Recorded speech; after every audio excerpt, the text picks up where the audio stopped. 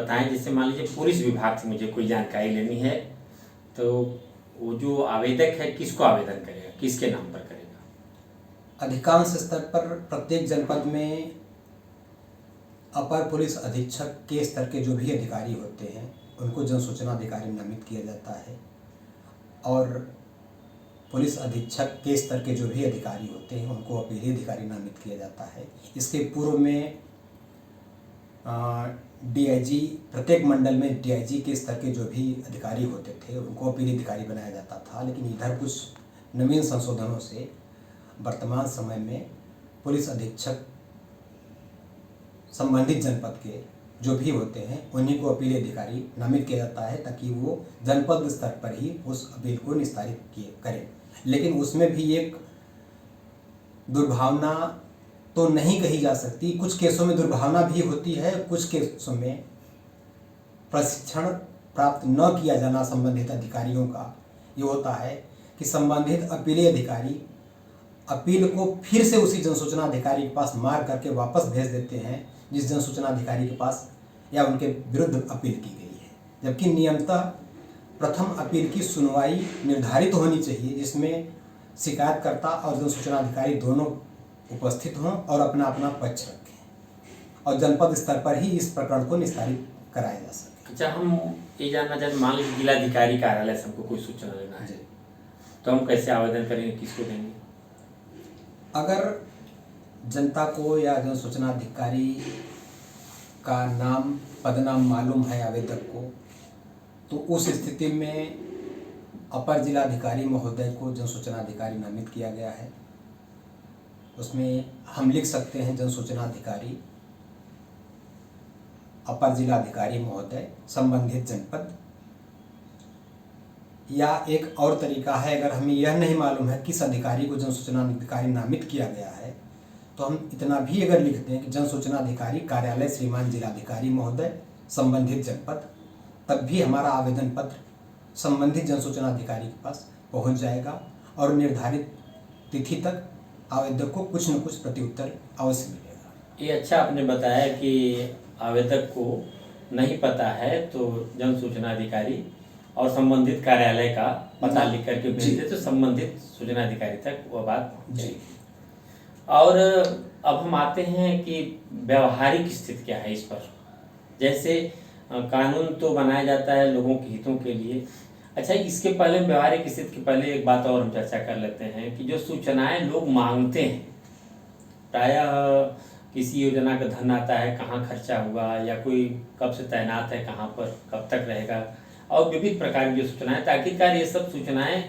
सार्वजनिक क्यों नहीं होती पहले से? या तो वेबसाइट है या फिर बहुत सारी चीज़ें हैं, वहाँ पर कौन से कार्य होने वाले हैं, कौन से कितना धन किस विभाग से आया। जैसे हम ब्लॉक की बात कर लेते हैं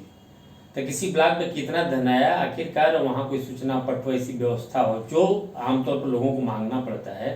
तो हम तो ये कहते हैं कि पारदर्शी कार्य के लिए तो यह सबसे अच्छा तरीका होगा कि वो सारी सूचनाएं, अधिकांश जो सूचनाएं हैं उनके पट पहले से दिखती रहे, जो सूचना मांगना है। इसके लिए इस अधिनियम में पहले से ही प्रावधान किया गया है और वर्तमान समय में इस पर कड़ाई से अनुपालन करने के लिए लगातार प्रत्येक मंडल के मंडलायुक्तों को, जनपद के जिलाधिकारियों को स्पष्ट आदेश निर्देश समय समय पर जारी होता है। इसमें एक अधिनियम की धारा 4(1)(b) स्पष्ट रूप से इसीलिए बनाई गई है कि जनता को वो सारी सूचनाएं पहले से ही उपलब्ध कराई दी जाएं ऑनलाइन विभाग की वेबसाइट के माध्यम से, कि जनता को कम से कम सूचना मांगने का जो है प्रयास करना पड़े या आवश्यकता महसूस हो। शासन द्वारा बार बार कहा जाता है कि आप इतनी सूचनाएं उपलब्ध करा दीजिए वेबसाइट पे कि जनता को कोई भी आवेदन करने की जरूरत ही न पड़े। सेक्शन 4(1)(b) यही कहता है कि आप अपने प्रत्येक कर्मचारी, पदाधिकारी या अधिकारी की कार्यप्रणाली, उनके जो विधिक अधिकार हैं, विधिक कर्तव्य हैं, उनका मानदेय कितना है, नियुक्ति तिथि क्या है, जो भी पॉलिसी है विभाग की, प्रत्येक विभाग को स्पष्ट आदेश है कि प्रति महीने वो अपने वेबसाइट को अपडेट करते रहें, चाहे वो इलेक्ट्रॉनिक मोड में हो, चाहे प्रिंट मोड में हो, या सामान्य रूप से समाचार पत्रों के माध्यम से, होर्डिंग बैनर के माध्यम से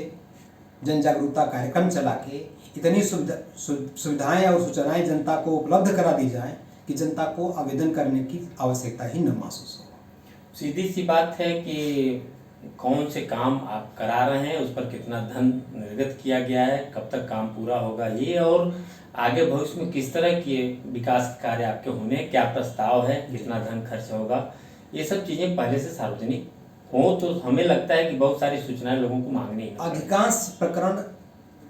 जो है अगर सार्वजनिक हो जाए निष्पक्ष रूप से तो 90% एप्लीकेशन जो है कम हो जाएंगे, लोगों की जो है परेशानी बढ़ जाएगी और विभाग की उसका एक सबसे बड़ा लाभ विभाग को भी होगा कि जो अनावश्यक रूप से कार्यभार पड़ता है उस कार्यभार से भी विभाग बचा रहेगा, उस पर जो धन खर्च होता है वो भी बचा रहेगा और आवेदकों को परेशान भी नहीं होना पड़ेगा। एक बात और बताएं कि जनपद स्तर से जैसे किसी की सूचना नहीं मिली तो जो कार्यकर्ता है, टीआई कार्यकर्ता है, वो कहाँ जाएगा फिर? अगर जनपद स्तर पर जन सूचना अधिकारी के द्वारा सूचना नहीं मिली या उस संबंध में कोई भी उत्तर प्रत्युत्तर नहीं दिया गया तो कुछ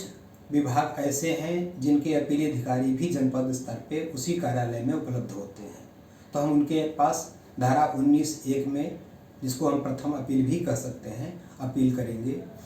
और कुछ प्राधिकरण विभाग ऐसे हैं जिनके अपीली अधिकारी मंडल में बैठते हैं, तो हम उन मंडलीय अधिकारियों के पास अपील करेंगे धारा 19(1) में कि इस विभाग के इस जन सूचना अधिकारी द्वारा मेरे इस आवेदन पत्र पर कोई भी कार्रवाई नहीं की गई या भ्रामक तथ्यहीन सूचना दी गई या कोई भी सूचना नहीं दी गई, तो ऐसे संबंध में हम अपील करेंगे। और अपीली अधिकारी का विधिक दायित्व होता है कि एक तिथि निर्धारित करते हुए जन सूचना अधिकारी और आवेदक को नोटिस भेजे कि इस तिथि को आप लोगों की अपील की सुनवाई है और दोनों पक्ष अपना स्पष्टीकरण दें कि सूचना मिली नहीं मिली। अगर नहीं मिली तो जन सूचना अधिकारी स्पष्ट करे कि किस कारण से सूचना नहीं दी गई, ऐसा क्या व्यवधान था, और अगर जन सूचना अधिकारी द्वारा अपने कर्तव्य का पालन नहीं किया गया तो उस जन सूचना अधिकारी के विरुद्ध अपीली अधिकारी के पास पावर होता है कि अपने उच्चाधिकारी को उनके विरुद्ध संस्तुति करे विधिक कार्यवाही या विभागीय कार्यवाही के लिए। हम मानते हैं जिसको सूचना देना है, अगर वह सूचना नहीं दे रहा है, भ्रामक सूचना दे रहा है, गलत सूचना दे रहा है, तो क्या वह न्यायालय में भी जा सकता है? और माननीय न्यायालय में कब जाएगा? ऐसी स्थितियाँ कब आती हैं? पहले तो नहीं था, लेकिन इधर पिछले 1 साल से कई प्रकरण अन्य प्रदेशों में, जैसे खासतौर से राजस्थान, हरियाणा, पंजाब, ऐसे प्रदेशों में आईपीसी की धाराओं का बहुतायत प्रयोग जाना शुरू किया गया है, जिसमें हम माननीय न्यायालय में लोक सेवक द्वारा अपने पद और शक्तियों का, उनके कर्तव्यों का सम्यक रूप से निर्वहन न किए जाने के कारण जो आईपीसी में जो भी सुसंगत धाराएं हैं, उन धाराओं के तहत हम सक्षम न्यायालय में अपना प्रार्थना पत्र दे सकते हैं कि हमने इस दिनांक को